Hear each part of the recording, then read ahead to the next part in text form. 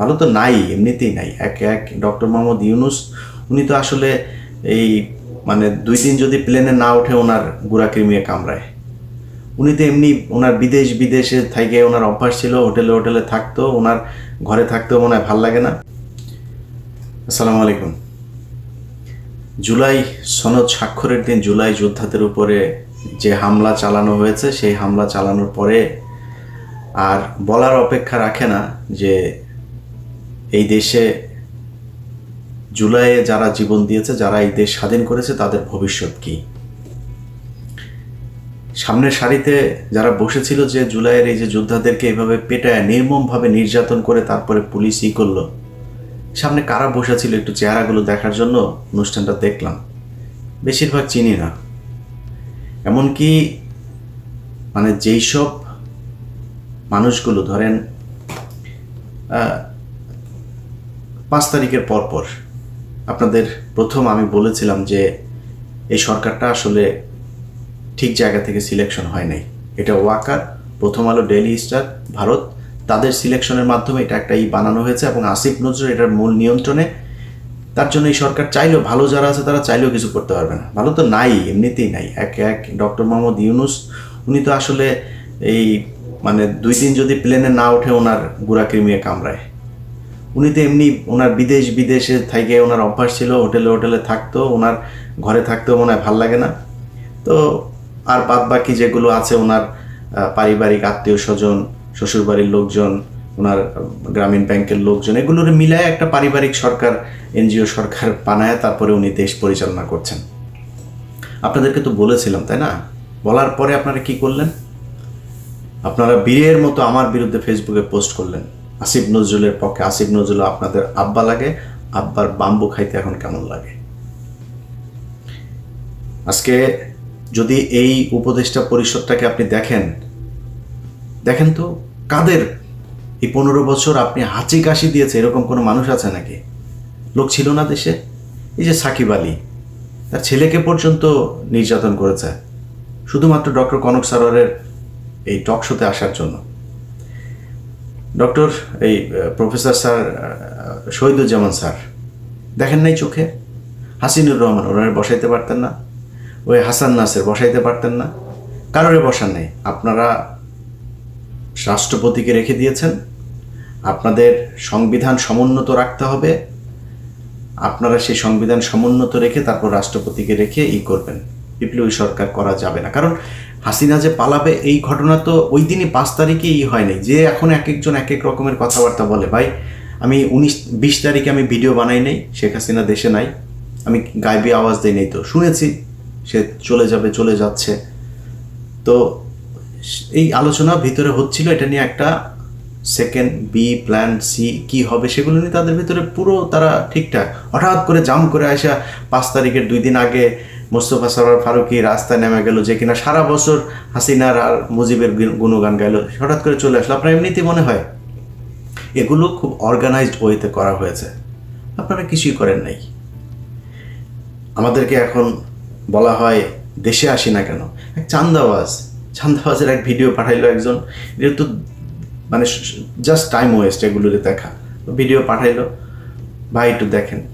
চান্দাবাজ কয় যে আমরা তো দেশে গিয়েছিলাম, তোরা এত দেশপ্রেমিক হইলে তুই দেশে যা চান্দা নিয়ে আসছিস। আমি ইলিয়াস এইখানে বসে থেকে তোর বিডিআর বাপদেরকে যা জিজ্ঞেস করিস যে ইলিয়াস কয়জনকে ছাড়িয়েছে, তোর আলেম বাপদেরকে যা জিজ্ঞেস করিস, সবশেষ শফিউর রহমান ফারাবিরে যা জিজ্ঞেস করিস তোর বাপের অবদান কী ছিল, অ্যাটর্নি জেনারেলকে যা জিজ্ঞেস করিস যে তোর এই বাপ কতবার অ্যাটর্নি জেনারেলের হাত পা চেপে ধরেছে যে ভাই এটার একটু শুনানিটা আগায় দেন, যা জিজ্ঞেস করা। তোর বাপ এখানে বসে এগুলো করেছে। তোর বাপ দেশে গেলে এগুলি করতে পারবে না, এই কারণে দেশে যায় না। আর তোরা দেশে গেছিস, তোদের সমস্যা নাই তো? আজ পর্যন্ত বলছিস নাকি তোরা ডিজিএফআইয়ের ভাতা খায়া তারপরে তোরা কথা বলিস টাকা পয়সার সমস্যা আছে? এই দিন থাইল্যান্ড, ওই দিন সিঙ্গাপুর, টাকা পাইস কই? তোর বাপের জমিদারি আছে, চোরের বাচ্চা। এগুলি আমরা বুঝি না কিছু, ওরা এসে আমাদের বোঝায়। দেশে যাই না এই কারণে, কারণ আমরা রয়্যাল লোকজনদের চারিদিকে বসায় রেখে তারপরে আপনারা সুন্দর দেশ গড়বেন, সেই দেশে আমাদের তো টার্গেট তো না আওয়ামী লীগ না, আমাদের টার্গেট বিএনপি না, জামাত, কোনো কিছু না। আমাদের দেশে কোনো শত্রু নাই। আমার শত্রু ইসকন, আমার শত্রু ইন্ডিয়া। ইন্ডিয়ার লোকজনদের সেট আপ করে সুন্দর করে আপনি বসায় রেখে তারপরে দেশ পরিচালনা করবেন, সেই দেশে আমরা যাব। এই দেশ পরিষ্কার না করা পর্যন্ত এই দেশ আমাদের জন্য, জীবনে কোনোদিন এখানে কোনো কাজ করতে পারবো? কাজ দিচ্ছেন কোনোদিন? দিয়া দেখেন, যদি নাকি মিনিমাম 1 টাকার 1 পয়সার যদি নাকি কোনো সমস্যা সেখানে দেখাইতে পারেন, নিজের গলায় নিজে জুতা পরে তারপর ঘুরবো। কোনো সুযোগ নাই তো। কোনো একটা ভালো লোক ওইখানে যাবে, এই যে তারেক রহমানের মামলার যে রায় দেওয়ার জন্য তারে মাথায় পিস্তল ধরা হইল, তার স্ত্রীর সাথে শেষ দেখাটা পর্যন্ত করতে পারে নাই। এই লোকটা বাইরে থেকে, স্ত্রীটা মারা গেল, সেই লোকটারে দুদকের চেয়ারম্যান বানাবো শুনলাম। লোকটা ঢুকতে দেয়নি, এই আসিফ নজরুলটা ঢুকতে দেয়নি, চুরি করতে পারবে না। এখন দুদকের কি করে? দুদক কোথায় কোন উল্টায় ফেলছে আমার একটু বলেন তো? কোনো কিছু নাই, মাঝে মধ্যে 2-1টা আওয়াজ দেয়, এটা নিয়ে তাদের বিশাল আকারের একটা দেখাচ্ছে। এই হচ্ছে গিয়া দেশের অবস্থা। এই দেশে আমরা যাব, যাই কি করব? এখানে যা চাঁদাবাজি করব তোদের মতো? তো ওরা এগুলি বলে মাঝে মধ্যে। এখন যাই হোক, এগুলি তো আর সবার কথার জবাব দেওয়ার সুযোগও নাই, সময়ও নাই। এগুলো বাদ দিয়েই যে কথাগুলো বলতে চাই, যে দেশ তো স্বাধীন হয়েছে আপনাদের রক্তের। আপনারা যেই সাহস দেখিয়েছেন, এই সাহস ভাই আমি দেখাইতে পারবো না। আগে থেকেই সারেন্ডার করি। আমি যদি জুলাইতে দেশে থাকতাম, এইভাবে বন্দুকের সামনে আমি দাঁড়াইতে পারতাম না। এটা আমার নিজের অক্ষমতা স্বীকার করছে। আপনারা সেটা করেছেন, আপনারা দেশ স্বাধীন করেছেন, আপনাদেরকেই করতে হবে। আমি বলছি না যে দেশের সরকার উল্টায় ফেলতে হবে, আবার নতুন সরকার আসে তারপর নির্বাচন বাইরে যাবে। ভাই দরকার নেই। আপনারা কিছু দাবি ঠিক করেন। আপনারা সবাই তো সোল্ড হয়ে যান নাই, তাই না? আপনাদের এই উপদেষ্টাদের সাথে ভাই যত কিছুই হোক, যদি জিজ্ঞেস করেন আমারে যে 5 তারিখের আগের থেকে এখন ভালো আছে না, আল্লাহ অনেক ভালো রেখেছে 5 তারিখের আগের থেকে। এখনও মাঝে মধ্যে ঘুম থেকে ওঠার পরে আটকে উঠি যে শেখ হাসিনা কি আসলেই নাই। যখন মনে হয় না ঠিক আছে, ওকে ঠিক আছে, তখন মাথা ঠিক হয়। তো এরকম একটা পরিস্থিতি থেকে আপনারা দেশ উদ্ধার করেছেন। আপনাদের নিয়ে খারাপ কথা বলতেও পারি না, জানি তো অনেক কিছুই জানি। চাইলে আপনাদের বহু মানুষের অনেক কিছু নারী নক্ষত্র বের করা যায়, বলি না, বলবো না কোনোদিন। মনে করেন না যে উপদেষ্টা থেকে চলে গেলে তারপরে বলবো, কারণ এইটুকু কৃতজ্ঞতা বোধ আপনাদের প্রতি আছে যে আপনাদের কারণে অন্তত হাসিনা দেশ থেকে পালিয়েছে। এটাই অনেক কিছু। শুনলাম টাকা কামাই, তা আমি বল ভাই আপনারা এই টাকা পয়সা নিয়ে এতই শুরু, মানুষের টাকার দরকার আছে। কারণ আমি আমেরিকায় থাকি, আমার যদি কেউ জিজ্ঞেস করে যে আমার হাতে যদি ভাই আমেরিকায় যদি একটা বাড়ি হয়, একটা গাড়ি থাকে, হাতে যদি মানে মোটামুটি 2-4 লাখ ডলার হাতে থাকে, জীবনে কিছু দরকার নাই। এখন আমার মনে করেন যে এখনই এই মুহূর্তে যা আছে, আমি আল্লাহর রহমতে যা খেতে ইচ্ছা করে খাই, মানে সমস্যা হয় না তো কোনো কিছুতে। ধরেন আমার এখন 4,000 কোটি টাকার মালিক হইলাম, আমি এর চাইতে বেশি খাইতে পারবো? ওইটা টেনশন ভাই, আমার দিয়ে জীবনে কোনদিন এটা সম্ভব না। আমার বহু মানুষ ভাই ব্যবসা করে এই করে, ভাই আমার এটারে এই ঝামেলা আমি যাইতেই চাই না। আমার অনেক টাকা হোক, এটা আমি চাই না, কোনোভাবেই চাই না। তো আমি তাদেরকে জিজ্ঞেস করলাম যে ভাই এই টাকা পয়সা তো এরকম করছেন কেন? আমার জবাব দিল, ভাই দল পরিচালনা করার জন্য তো টাকা টুকার দরকার। জুলাই আগস্টে তারা সারা দেশে ভ্রমণ করলো না, এই যে কত জুলাই আগস্টে। তো ওই সময় হঠাৎ করে গোপালগঞ্জে যখন তাদের প্রোগ্রামটা, তো আমি তাদের বললাম যে ভাই আপনারা গোপালগঞ্জে যাবেন তো রেডি হয়ে যান নাই কেন? বলছে ভাই আমরা লোকজনও নিতে পারিনি ঠিক মতো, আমাদের ফান্ড শেষ। সম্ভবত বরিশাল থেকে তারা গোপালগঞ্জে এসেছিল, অথবা এটা কি মাদারীপুর থেকে গোপালগঞ্জে গিয়েছিল, আমার ঠিক মনে নেই, 2টার একটা হবে। তো আমার তখন আবার বাংলা এডিশন উদ্বোধন হবে, যে কারণে ওদের সাথে কথা হচ্ছিল। তো ওরা আসার চেষ্টা করেছে, শেষ পর্যন্ত করতে পারেনি। এখন আমার বললো যে ভাই এই ব্যাপার, টাকা আমাদের ফান্ড নেই।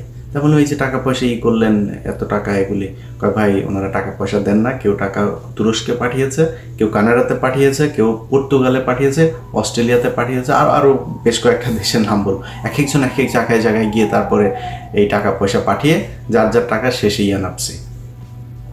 এখন এই যে এটা হইল, ধরেন আপনাদের ভেতরে 5 জন 10 জন বা ধরলাম 100 জন মানুষ আপনারা টাকা পয়সা নিয়ে এই বাস খুব মানে মজা করে খাইতে পারলেন। আচ্ছা ভাই এই দেশটা নিরাপত্তাটা যে আপনি ঠিক করলেন না, আপনি মনে করেন 5,000 কোটি টাকার মালিক হইলেন, বিদেশে গিয়া তারপরে সারা জীবন বসে খাবেন? মঈনুদ্দিনের টাকার অভাব আছে? যে পরিমাণে ধান্দাবাজি সে করে গিয়েছে 111-এ, বহুত টাকা। জিজ্ঞেস করেন তো কেমন আছে, ফোন দিয়ে যাইনেন ভাই কেমন আছেন, আমেরিকাতেই তো আছেন, খুব আরামেই তো আছেন, তাই না? জিজ্ঞেস করেন তো কেমন লাগে। এত মজা না বিদেশের জীবন। আমাদেরকে যখন কথায় কথায় এই জুলাই আন্দোলনের বিষয়ে কথাবার্তা বললে আমরা দেশ অস্থির করতে চাই, ভাই আমরা দেশ কোনোদিন অস্থির করতে চাই নাই। আজকে দেশ অস্থির। আমরা যেগুলো নিয়ে কথা বলেছি সেগুলোরে সরান নাই, সেই কারণে আজকে দেশ অস্থির। এই যে স্বরাষ্ট্র উপদেষ্টা, এ হলো ওয়াকারের সাথে প্রতিদিন তার আপডেট জানায় কি হবে, কালকে কি করতে হবে, কোন ওসিরে। ওই দিন এক পুলিশের অফিসারের সাথে কথা হচ্ছে, অফিসার কয় যে ভাই বাথরুমে যাই, বাথরুমে যাওয়ার পরে আবার ফের এসে চেয়ারটা পাবো কি না, এটা মানে মনের ভিতরে একটা ভয় থাকে, বাথরুম থেকে বের হওয়ার পরে চেয়ার নাই হয়ে যেতে পারে। এইভাবে পুলিশ কাজ করতে পারে নাকি? পুলিশটারে এই স্বরাষ্ট্র উপদেষ্টার ওই যে খোদা বক্স, এই খোদা বক্সও দুইটাই মিলাও বাক্সর মধ্যে পুলিশটা ঢুকায়া আচার বানায় পুরা এই যে চানাচুর ভাজা দিয়ে তারপর খেয়ে ফেলছে। পুলিশের মধ্যে কোনো মানে তাদের ভিতরে এখন কাজ হয়েছে যে কত টাকা খাওয়া যায়, কেমনে খায়টায়, কখন কোন চেয়ার সরে যায়, চেয়ার থাকতে থাকতে যেই কয় টাকা খাইতে চাই। এটা হচ্ছে অবস্থা পুলিশের। এইভাবে চলছে দেশ। তো আমরা আপনাদেরকে 5 তারিখের পরপর বলেছিলাম যে এই মানুষগুলোকে সরাইতে হবে। সরাইতে আপনারা চানও নাই। আপনি এই দেশটা যে স্বাধীন হইল, কারা শত্রুটা কারা ছিল আপনার? ভারত ছিল না? আপনি বলেন তো, এই জুলাই যোদ্ধারা, আপনাদের সবাই দোষ দেওয়া লাভ নেই, মানে আপনাদের নেতৃত্বের কথা বলছি। আপনাদের নেতৃত্ব কোন ইস্যুটা নিয়ে হঠাৎ করে হাইকোর্টের এখানে হাসনাত আবদুল্লাহ এগিয়ে দিল, সবাই রাজুতে চলে আসো, হাইকোর্টে যায়, তাপ করে 15-20 জনরে আপনারা ফেলাই দিলেন। আর ফেলান নাই কেন? আর কোথায় যান নাই কেন? এই যে বিডিআরের লোকগুলি এতদিন ধরে জেলে থাকলো, আমি তো ওদের সাথে আমার মানে পারিবারিকভাবে তাদের সাথে আমি জড়িত, কারো কাছে শুনি নাই আপনারা কোনো দিন এর এইটা হইলে আমার ফোন দেবে, ওইটা হইলে আমার ফোন দেবে। সারাদিন আমি বিডিআরের অন্তত 10টা ফোন রিসিভ করি, কখনো বিরক্ত হই না তাদের প্রতি। হয়তো ফোন ধরতে পারি না মাঝে মধ্যে, বিরক্ত হই না, কারণ এই মানুষগুলির উপরে যে নির্যাতন হয়েছে, মানুষগুলির পাশে আপনাদের থাকা উচিত ছিল না? থাকেন নাই। ওই যে ফেনীতে 16 জন এখন পর্যন্ত কন্ডেম সেলে, যাইতে পারতেন না? যান নাই। এখনও আলেমরা জেলে, আপনি জানেন? ওই যে বিশেষ সন্ত্রাস বিরোধী আইন, সেই আইনে এখন পর্যন্ত এই যে হঠাৎ করে বলল যে এই আমেরিকান দূতাবাসে নাকি কারা নাকি নাশকতা চালাবে, সোয়াদ যায় হাজির। আপনি জানেন সিটিটিসির প্রধানের চেয়ারে কারে বসানো হয়েছে?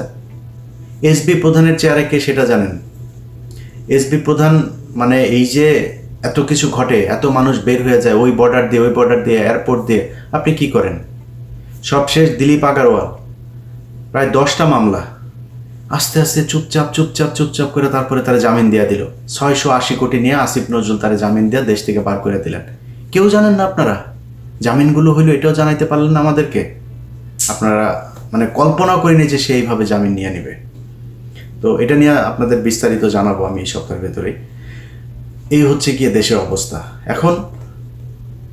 ভাই আপনাদেরকে নিয়ে যত সমালোচনা করি, সমালোচনার পরে একটা জিনিস আমারে বলতে হবে যে আপনাদের ভিতরে সবাই অমানুষ না, সবাই স্বার্থের জন্য বন্দুকের সামনে দাঁড়ান নাই। আপনাদেরকে এক হইতে হবে, দাবি জানাইতে হবে এই জায়গা আমাদের ঠিক করতে হবে। এই জায়গা যদি ঠিক না করে সরকার, আবার দাঁড়াইতে হবে। এরা চুরি করে এরা সব ভদ্র শয়তানের মতো করে আমাদেরকে মাঝে মধ্যে সরকারের থেকে খুব ঊর্ধ্বতন একদম সরকারের সর্বোচ্চ লেভেলের একজন গত জুন মাসে আমার সাথে তার একটা মিটিং হইল, তো সে আমারে কাজ দিল। কাজ হয়েছে আগস্টের 5 তারিখ থেকে আগস্টের 15 তারিখের মধ্যে ওয়াকারকে ফেলে দেওয়া হবে। তো খুব জোর প্রচেষ্টা চালাইতে হবে ইলিয়াস ভাই। চালাইলাম, কই ফেলাইলেন না তো, ওয়াকারে তো আপনারা সরাইলেন না। আচ্ছা সে আবার ওই সময় বলছিল যে ইলিয়াস ভাই আপনাদের হেল্প লাগবে, আপনারা একটু সোশ্যাল মিডিয়াতে এটার ব্যাপারে একটা জনমত গঠন করেন। ওয়াকারের ব্যাপারে জনমত গঠন করা শেষ, ওয়াকারে আপনারা ফেলতে হয়। সে বলছিল যে অনেক ইফ বাট এগুলো থাকবে, এটা করা যাবে কিনা, বাট একটা চেষ্টা তারা করেছিল, করতে পারেন নাই। আচ্ছা ধরেন আমি সেনা প্রধানরে সরানো খুব কঠিন। আচ্ছা আপনার আশপাশে চোর বাটপাট দিয়ে ভরা, মানে সবাই জানে যে ওরা চুরি করে, তাদেরকে সরাইতে পারেন নাই। আমার একটা দেশ বলেন তো, মিডিল ইস্টের এই দেশের মানুষগুলোই তো কষ্ট করে, এদের কারণে এই যে আপনি এখন রিজার্ভ না, শহরের বাচ্চারা তোরা সব কটা টাকা করছিস, পাচার করছিস। এই গত 1 বছরে শেখ হাসিনার সময়ের যে কোনো সময়ের চাইতে বেশি টাকা পাচার হয়েছে গত 1 বছরে। তোরা যে পাচার, এই যে সবশেষ দিলীপ আগারওয়ালার যে টাকা পাচার হইলো না, এই টাকাও পাচার করেছে আমাদের চুয়াডাঙ্গার টরিক। ওর মাধ্যমে ওর সিঙ্গাপুরের ব্যবসা ওগুলি দেখায়, ওইখানে টাকা ভাগাভাগি হয়েছে। পাচার করলি, প্রতিটা উপদেষ্টা টাকা পাচার করেছে। ওরা কয় আমাদের সেফ এক্সিট লাগবে না। সেফ এক্সিট, তোরা সেফ এক্সিট কই নিয়ে দিবে? তুই কই যাবি? ডিম একজনের মাথার উপরে তো গেছে, দেখছিস না? ডিম পিছন দিয়া নিচে দিয়া ঢোকানো হবে। কই যাবি তোরা? কই আসবি? পৃথিবীর কোন দেশে যাবি? বিএনপি পেটাবে, আওয়ামী লীগ পেটাবে, শিবির পেটাবে, এই জুলাই আন্দোলনের এরা পেটাবে, সাধারণ মানুষ পেটাবে, যে যাবে ডিম ঢুকানো হবে ওইখানে। সেফ এক্সিট মারাইতে আর শেষ। তোরা মনে করছিস টাকা পয়সা মাইরে এমনি খাবি, খায়া তারপরে তোরা এগুলি যা মনে চায় তাই হয়েছে। আপনাদেরকে কথা দিয়েছিলাম না যে আসিফ নজরুলের কই কী কী ধান্দাবাজি করে শুরু করতে যাচ্ছে, সেগুলো নিয়ে আমার এখানে নেক্সট 1 মাসে আমার ইউটিউব চ্যানেলে, ফেসবুকে ফলো রাখবেন, দেখতে পাবেন আস্তে আস্তে শুরু হচ্ছে কোথায় কোথায় কী কী ধান্দাবাজি সে করেছে।